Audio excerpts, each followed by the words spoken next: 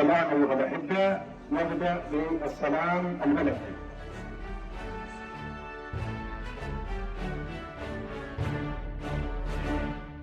سارعي للمجد والعلياء، مجدي لخالق السماء.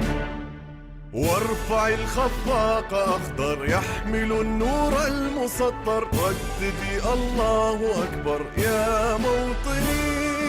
موطني عشت فخر المسلمين، عاش الملك للعلم والوطن.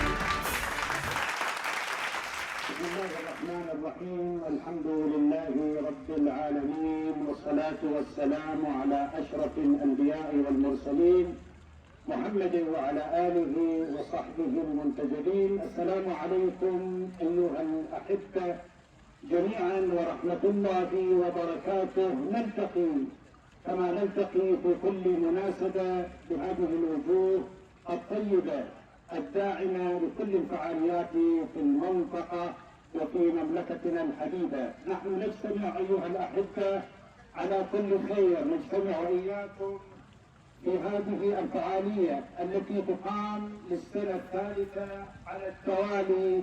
جزيرتنا خضراء، جمعية تاروت الخيرية ترحب بكم أجمل ترحيب في مبادرة جزيرتنا خضراء الثالثة التي تبدأ اليوم على بركة الله للعام الثالث على التوالي برعاية كريمة من سعادة محافظ القطيف الأستاذ إبراهيم الكريف، وإشراف بلدية القطيف وبالتعاون مع أهالي بلدة الربيعية، تأكيدا على ضرورة الاهتمام بالتشجير والخضرة تماشيا مع مبادرة السعودية الخضراء، وهي مبادرة وطنية طموحة تهدف إلى التصدي لتداعيات تغير المناخ وتحسين جودة الحياة وحماية البيئة بما يعود بالفائدة على الأجيال القادمة، التي أطلقها صاحب السمو الملكي الأمير محمد بن سلمان بن عبد العزيز ولي العهد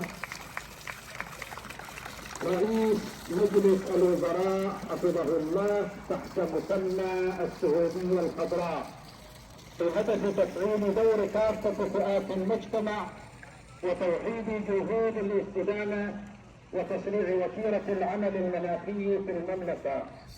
وها هي جزيرتنا خضراء تماشيا مع هذه المبادرة تقيم هذه الفعالية للعام الثالث على التوالي، وبحضور أبناء هذه المنطقة الذين أطلقوا هذه الفعالية ابتداء من عام 2021 لنصل اليوم لنهاية عام 2023 للمبادرة الثالثة.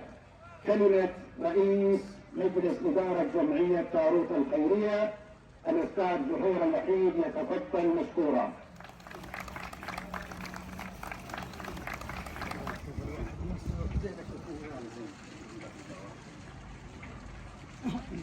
بسم الله الرحمن الرحيم، والصلاة والسلام على محمد وعلى آله وصحبه أجمعين.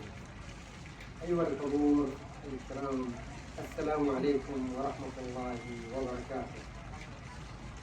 بالإصالة عن نفسي ونيابة عن أعضاء مجلس إدارة جمعية تاروت الخيرية، أرحب بكم جميعا بهذه المبادرة الطيبة المباركة.